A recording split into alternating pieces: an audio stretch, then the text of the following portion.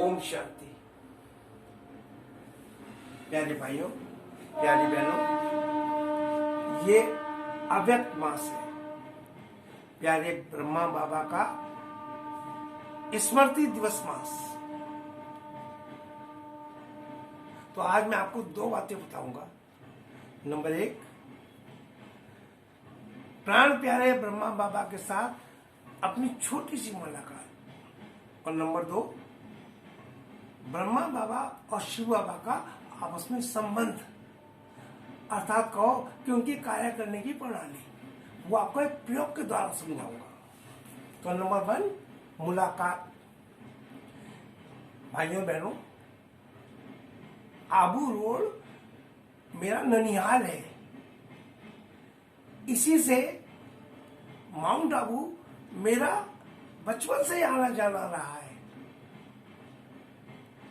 इसी दौरान जब मैं मामा जी के गया हुआ था तो मेरा मधुबन भी जाना हुआ, और उसी समय प्यारे ब्रह्मा बाबा से मेरी मुलाकात हुई, एक कमरे के बाहर दरवाजे पर। तब ब्रह्मा बाबा ने अम्मा से पूछा कि बच्चे, ये बच्चा कौन है? तो अम्मा जी ने तो नशे में कह दिया, शिव बाबा का बच्चा है। उसी समय ब्रह्मा बाबा से मेरी भी बातें हुई, जैसे एक बच्चे के साथ होती है। फिर 2 दिन बाद, 3 दिन बाद जब हम वहां से चलने लगे तो ब्रह्मा बाबा ने अपनी गोद में बैठाकर मुझे टोली खिलाई। ब्रह्मा बाबा ने अपनी गोद में बैठाकर मुझे सौगात भी दी। हालांकि जब मैं बाबा की गोद में बैठा हुआ था तो मेरे लिए वह साधारण सी बात थी, क्योंकि मैं बच्चा था, ना ही मुझे ज्ञान था। लेकिन आज जब मैं वो हसीन पल याद करता हूं कि मैं ब्रह्मा बाबा की गोद में भी बैठा हुआ हूं, जिस तन में शिव बाबा रहते थे, तो वो पल याद करके मुझे बेहद का नशा चढ़ा रहता है। नंबर 2, ब्रह्मा बाबा और शिव बाबा का आपसी संबंध। देखिए प्रयोग, ये पेन है, इस पेन के 2 भाग हैं, एक ये रिफिल और एक ये खोल। शिव बाबा क्या कहते हैं कि बच्चे, मैं और ब्रह्मा दोनों कंबाइन है, कंपेनियन नहीं है, कंबाइन है। तो कंबाइन कैसे है? शिव बाबा और ब्रह्मा बाबा, और ये कंबाइन।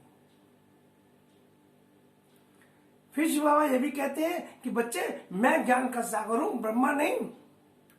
तो देखो, ये शिव बाबा ज्ञान का सागर, सारा ज्ञान भरा हुआ है, और ब्रह्मा बाबा देख लीजिए है। तीसरी बात, शिव बाबा कहते हैं कि बच्चे, मैं ब्रह्मा मुख से ज्ञान देता हूं। तो देखिए, ये ब्रह्मा मुख है? ये ब्रह्मा मुख है, और ये शिव बाबा आ गए ज्ञान देने के लिए।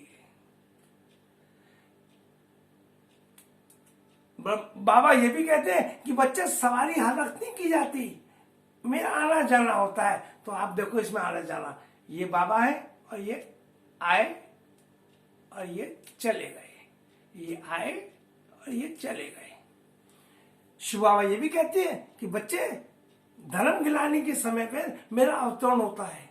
तो जब बाबा का अवतरण होता है ब्रह्मा तन में, तो उस टाइम शिव बाबा नहीं दिखते। तो देखो, इस टाइम अवतरण हुआ है, लेकिन शिव बाबा नहीं दिख रहे हैं, ब्रह्मा बाबा दिख रहे हैं। फिर बाबा ये भी कहते हैं कि बच्चे, मुझे डायरेक्ट याद मत करो। मुझे डायरेक्ट याद करोगे तो उसमें कोई प्राप्ति ज्यादा नहीं होगी, थोड़ी बहुत प्राप्ति होती है। मुझे थ्रू ब्रह्मा याद करो तो अति प्राप्ति होगी। तो आप याद करो, यदि हम इससे बाबा को याद करें तो इससे कितना लिख लेंगे? 1 पेज, 2 पेज, 3 पेज, फिर बाद में थक जाएंगे। और यदि हम थ्रू ब्रह्मा याद करते हैं इसके लिए, तो फिर हम पूरी थीसिस लिख सकते हैं, पूरे नॉवल लिख सकते हैं, और इस लिखावट में सुंदरता भी होगी। इस तरह याद करें तो लिखावट में सुंदरता भी होगी और लिखावट में हम थकेंगे भी नहीं।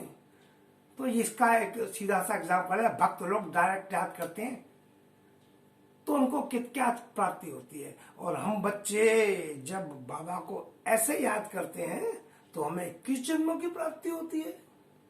फिर बाबा कहते हैं कि बच्चे, ये जो ब्रह्मा मुझे याद करता है या मेरी सहायता करता है, इसके एवज में मैं इसको इनाम देता हूँ। वो इनाम क्या कि 21 जन्मों की बादशाही देता हूँ, और इस संगम युग पर भी इसके नाम का बोलबाला रहता है। जैसे कि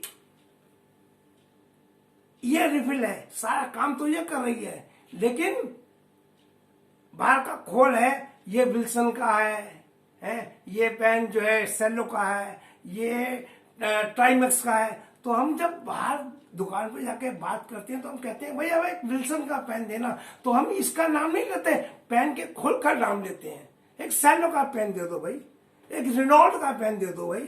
तो इसी प्रकार से इस संगम युग पर शिव कुमार या शिव कुमारी नहीं कहा जाता है ब्रह्मा कुमार, ब्रह्मा कुमारी। और एक अंत में बाबा कहते हैं कि बच्चे, मेरे तो पैर ही नहीं है। मैं जब खड़ा होता हूँ, यदि मैं इस दुनिया में आऊं, मुझे खड़ा होना है, बैठना होना है, मान लो खड़ा ही होना है, तो मैं कैसे खड़ा हूं? मैं तो नहीं खड़ा हो सकता। तो क्या ये खड़ा हो सकता? ये देखो पैन, ये रिफिल है, ये तो खड़ी नहीं हो सकती, या खड़ा नहीं हो सकता। लेकिन जब ब्रह्मा तन में आ गए तो ये बड़े आराम से